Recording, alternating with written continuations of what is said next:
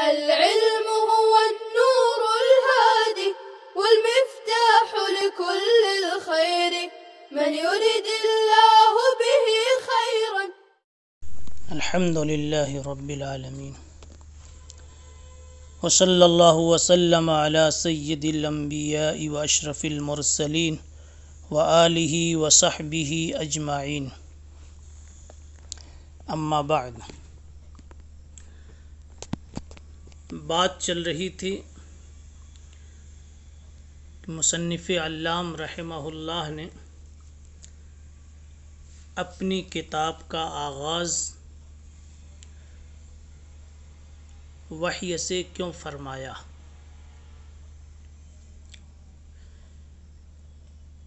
پانچ جوابات اس کے سنائے گئے تھے. پانچویں جواب کی تشریح ابھی باقی تھی. پانچواں جواب یہ تھا کہ شرح عقائد نصفیہ میں لکھا ہوا ہے کہ اسباب العلم ثلاثۃ: الحواس السلیمۃ والعقل والخبر الصادق.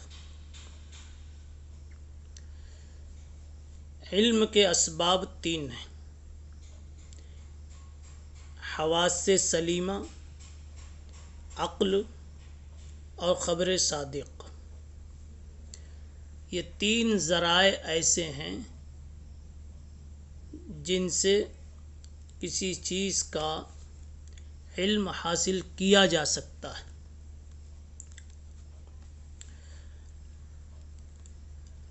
یہ تین ذرائع جو پیش کیے گئے، حواس سلیمہ، عقل اور خبر صادق،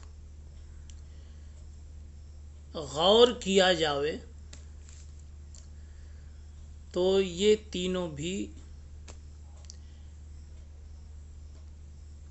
علم صحیح یقینی دینے کے لیے کافی نہیں. ہاں، خبر صادق میں تعمیم کر لی جاوے،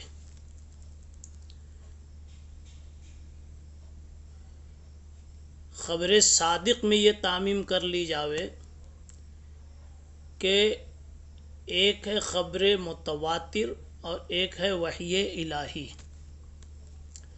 اس کو اس طرح بھی کہہ سکتے ہیں، ایک ہے خبر انسانی اور ایک ہے خبر الہی. علم صحیح اور علم یقینی کو حاصل کرنے کا صرف آخری ذریعہ ہی ایک معتبر ذریعہ ہے، یعنی علم الہی، وحی الہی. حواس سلیمہ بھی کافی نہیں، عقل بھی کافی نہیں، خبر متواتر بھی اور خبر واحد بھی، ساری خبریں ناکافی. تھوڑی سی ان کی تفصیل سمجھیں. حواس سلیمہ، انسان کے پاس جو حواس خمسہ ظاہرہ ہیں وہی مراد ہیں. مثلا انسان کو اللہ نے حاسہ بصر دیا ہے، جس کی طاقت سے وہ دیکھتا ہے. اب اس کو آپ پکڑ لیجئے، یہ آنکھ علم واقعی، علم صحیح دینے کے لیے کافی ہے یا نہیں؟ آپ کو خوب اندازہ ہے کہ آنکھ ہماری کافی نہیں ہے، اس لیے کہ ہم ٹرین پہ بیٹھے ہوتے ہیں، دیکھتے ہیں، خوب اچھی طرح سے دکھ رہا ہے کہ ہم نہیں بھاگ رہے ہیں، ہمارے پیچھے سارے درخت بھاگے جا رہے ہیں، زمینیں بھاگی جا رہی ہیں، پلیٹ فارم بھاگے جا رہے ہیں، مگر یہ دکھ رہا ہے. واقعہ یہ ہے کہ ہم بھاگ رہے ہیں. پتہ چلا حاسہ بصر، انسان کی یہ قوت باصرہ علم واقعی حقیقی صحیح دینے میں کافی نہیں ہے. ایسی دیکھیے کہ انسان کو یرقان کی بیماری ہو جاتی ہے. ایک انسان کو یرقان کی بیماری ہو جاتی، اسے ہر چیز پیلی نظر آتی. اور ایک آدمی وہ ہوتا ہے جو احول کہلاتا ہے، اس کا حال یہ ہوتا ہے کہ اسے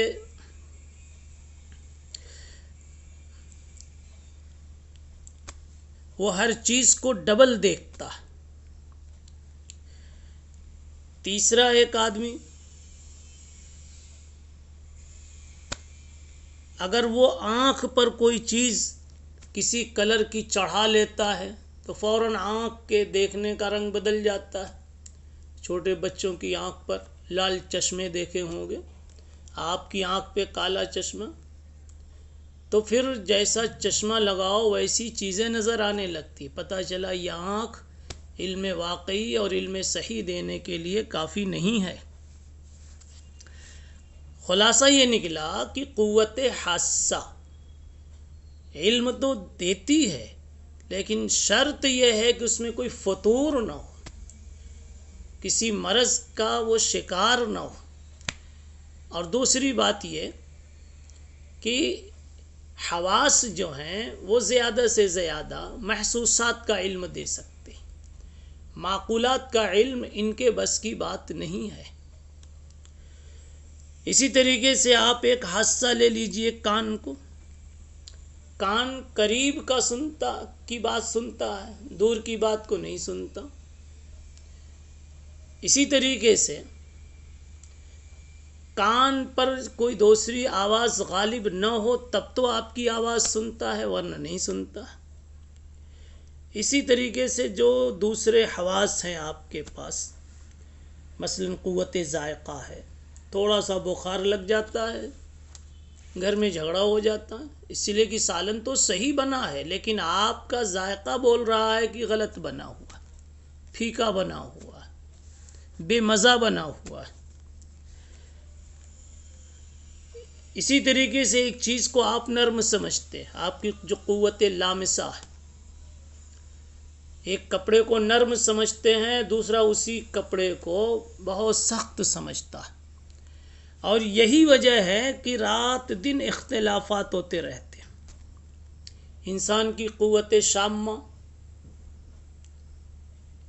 تھوڑے سے پسینے کو ایک انسان برداشت کر لیتا ہے، لیکن کوئی ذکی الحس ہوتا ہے تو وہ اپنے حس کی شدت کی وجہ سے پسینے کی معمولی سی بدبو کو بھی برداشت نہیں کر پاتا، تو وہ سخت بدبو ہونے کا حکم لگاتا ہے اور وہ کہتا ہے ایسی بدبو نہیں ہے، اس بدبو تصور ہی نہیں کرتا. معلوم ہوا علم واقعی، علم حقیقی، علم صحیح کے دینے میں انسان کے حواس سے سلیمہ کافی نہیں ہیں. اور دوسری بات یہ ہے کہ اگر ان حواس سے سلیمہ کو کسی درجے میں مؤثر اور مفید مانے بھی تو وہ اپنی شرائط کے ساتھ مقید ہیں. آنکھ اس وقت کوئی چیز دیکھ سکتی ہے جبکہ شے مرئی اور آنکھ کے درمیان میں پردہ نہ ہو، قریب ہو. کان میں بھی اسی قسم کی شرط ہے. اسی طریقے سے ناک، اگر سردی زکام وغیرہ سے مسکوم ہے، انسان بیمار ہے، تو پھر اس کی قوت شامہ بھی، قوت ذائقہ بھی، ساری چیزیں اس کی بے کام سی ہو جاتی ہیں، بے غرض سی ہو جاتی، بے مطلب سی ہو جاتی. اب انسان کے پاس جو دوسری چیز ہے جہاں سے وہ علم حاصل کر سکتا تھا وہ ہے العقل. عقل بھی انسان کی علم حقیقی، علم صحیح دینے میں کافی نہیں ہے، اس وجہ سے کہ انسان کی عقلوں میں بڑا تفاوت ہے. خود ایک انسان کی عقل آج کچھ کہتی ہے، مدتوں بعد کچھ کہتی ہے. انسان اپنی رائے سے رجوع کرتا رہتا ہے، اپنے فیصلے کو خود مسترد کرتا رہتا ہے. ایک زمانہ تھا کہ انسان کبھی یہ سوچ بھی نہیں سکتا تھا کہ ہوائی جہاز جیسی کوئی چیز وجود میں آئے گی؟ اسی لیے اس دور میں جناب محمد الرسول اللہ صلی اللہ تعالی علیہ وسلم نے جب اہل مکہ کے بیچ ایک بات کہی کہ میں نے فرشتے کو زمین و آسمان کے درمیان دیکھا، ایک کرسی پر بیٹھا ہوا تھا، بخاری شریف میں یہ روایت ہے،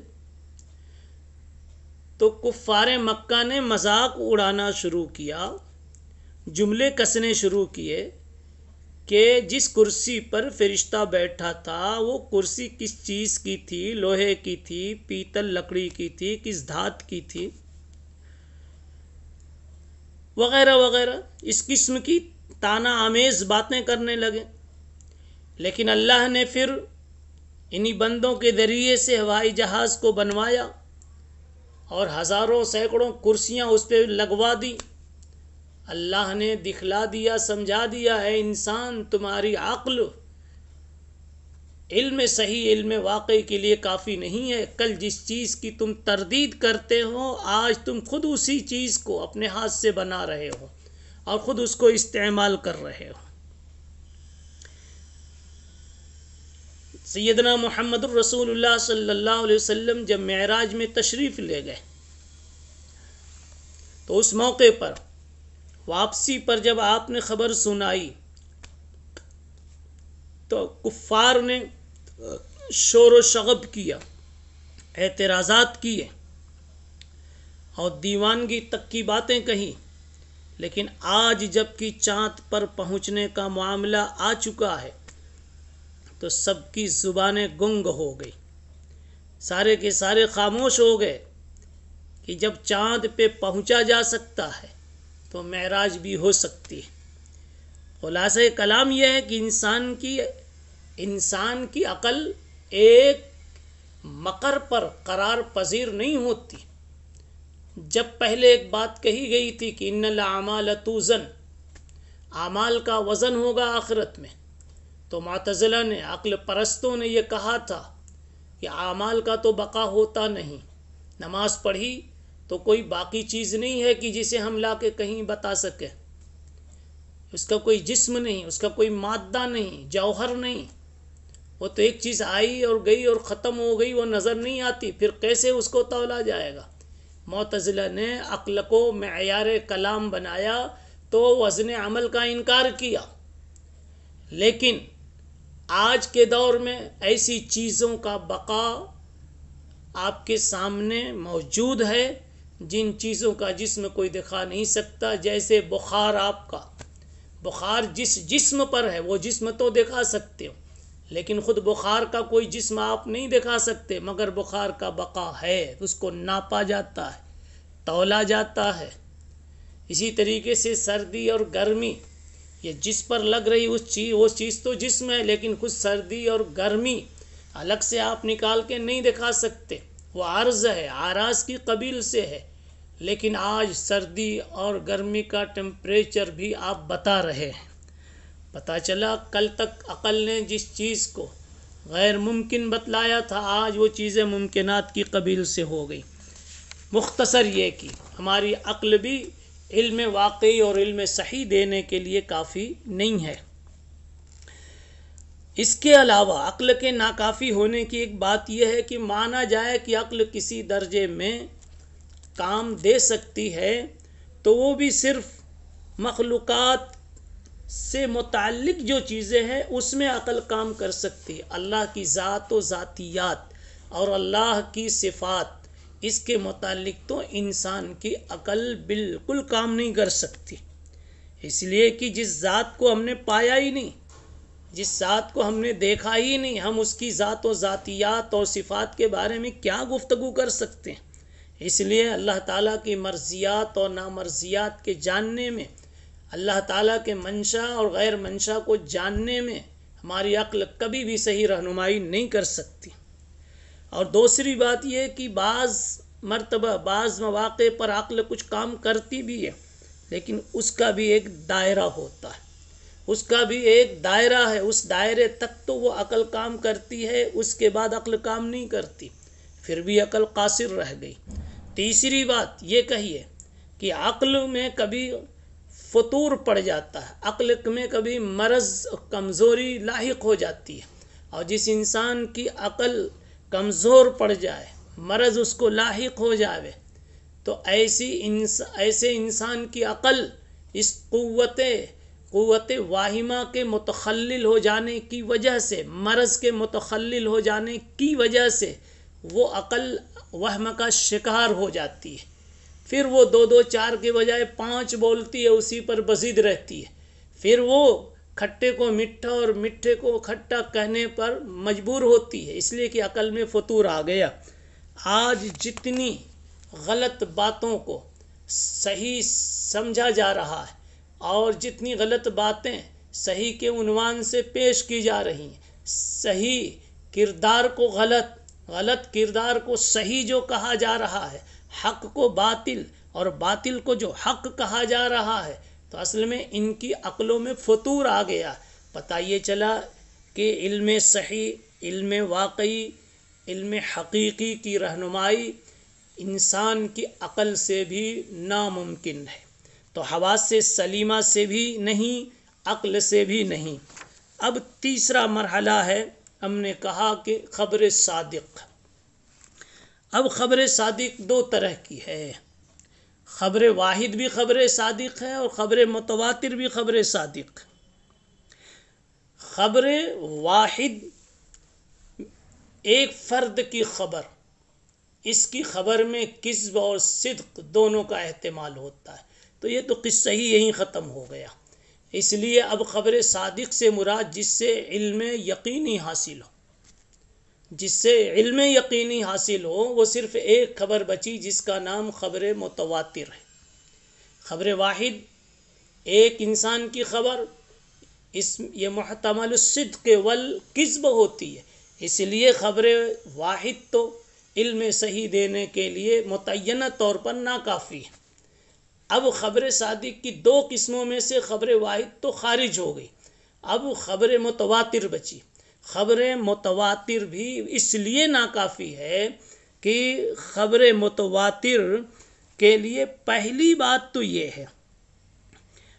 بات یہ ہے کہ جس چیز کی لوگ خبر دے رہے ہیں وہ چیز ایسی ہونی چاہیے جو حواس سے معلوم کی جا سکے۔ آپ نے نخبہ وغیرہ میں پڑھا ہوگا کہ اس کا منتہا مشاہد ہو، محسوس ہو، اس کا منتہا مشاہد ہو، محسوس ہو، جو جس کو حواس سے معلوم کیا جا سکے۔ ایک مثال سے سمجھے، مثلا خبر متواتر کسے کہتے؟ اتنے کثیر لوگ اور اتنی بڑی تعداد میں لوگ کسی چیز کی خبر دیں، مثلا یہ کہیں کہ ہم نے دلی کا شہر دیکھا ہے، یا دلی انڈیا میں ایک شہر ہے، یہ خبر ہے۔ یہ اتنے سارے لوگ خبر دے رہے ہیں کہ اتنے لوگوں کا جھوٹ بولنا یا جھوٹ پر اتفاقاً جمع ہو جانا یہ منع ہے، محال ہے۔ عقل نہیں کہتی کہ اتنے سارے لوگ ارادتاً یا بلا ارادہ جھوٹ پر اتفاق کر بیٹھیں گے، اس لیے ایسے لوگوں کی دلی کے وجود کے بارے میں یہ خبر متواتر ہے۔ یہ خبر متواتر مقبول اس وقت ہوگی، اور اس لیے یہاں ہو رہی ہے کہ دلی ایک ایسی چیز ہے جو حواس سے جانی جاتی، یعنی قوت حاسہ سے انسان اس کو سمجھ سکتا ہے، دیکھ سکتا ہے۔ اگر کوئی ایسی چیز کی ایک جمع غفیر خبر دے جس کا تعلق حواس سے نہ ہو، نہ تو آنکھ سے ہو، نہ ناک سے ہو، اور نہ قوت ذائقہ یعنی لسان سے ہو، نہ کان سے ہو، ان حواس سے نہ ہو، ان صلاحیتوں سے نہ ہو، پھر کوئی بات کوئی انسان کہتا ہے، مثلا عقل سے متعلق وہ چیز ہے، تو چاہے کئی جمع غفیر مل کر کے بھی جمع ہو جائیں اور یہ خبر دیویں، لیکن وہ خبر یقینی، خبر واقعی، خبر صادق نہیں مانی جائے گی۔ مثلا کئی جمع غفیر، کئی لاکھ انسان جمع ہو کر کے خبر دیں کہ عالم قدیم ہے، عالم قدیم ہے، تو ان کے کہنے سے عالم کا قدیم ہونا نہیں مانا جائے گا، ان کے کہنے سے عالم کا قدیم ہونا ثابت نہیں ہو سکتا، اس لیے کہ ایک ایسی چیز کی یہ گواہی دے رہے ہیں یا ایک ایسی چیز کے بارے میں یہ بات بول رہے ہیں جو چیز حواس خمسہ ظاہرہ سے اس کا تعلق نہیں ہے۔ اب معلوم یہ ہوا کہ انسان کو علم صحیح کے حصول کے لیے انسان کے پاس جو کچھ ذرائع تھے وہ ایک تو اس میں حواس سلیمہ، دوسرے عقل اور تیسرے خبر صادق، تینوں ناکافی ہے۔ اب خبر صادق میں نے کہا تھا کہ ایک خبر صادق خبر واحد ہے اور ایک خبر متواتر ہے، اسی کی ایک کڑی خبر میں وحی الہی بھی ہے۔ اب وحی الہی جو چوتھی چیز مان لیجئے، جب تین سے کام نہیں بنا تو چوتھی چیز آپ سمجھ لیجئے وحی الہی ہے۔ وحی الہی کی طرف رجوع کرنا ضروری ہوگا۔ اب اس پر انشاءاللہ اگلی مجلس میں گفتگو کی جائے گی کہ وحی الہی کیسے معتبر ہے، کیوں معتبر ہے اور اس میں کیا خوبی ہے۔ سبحان اللہ بحمدہ، سبحان اللہ العظیم۔ ولا تعجل بالقرآن من قبل أن يقضى إليك وحيه وقل رب زدني علما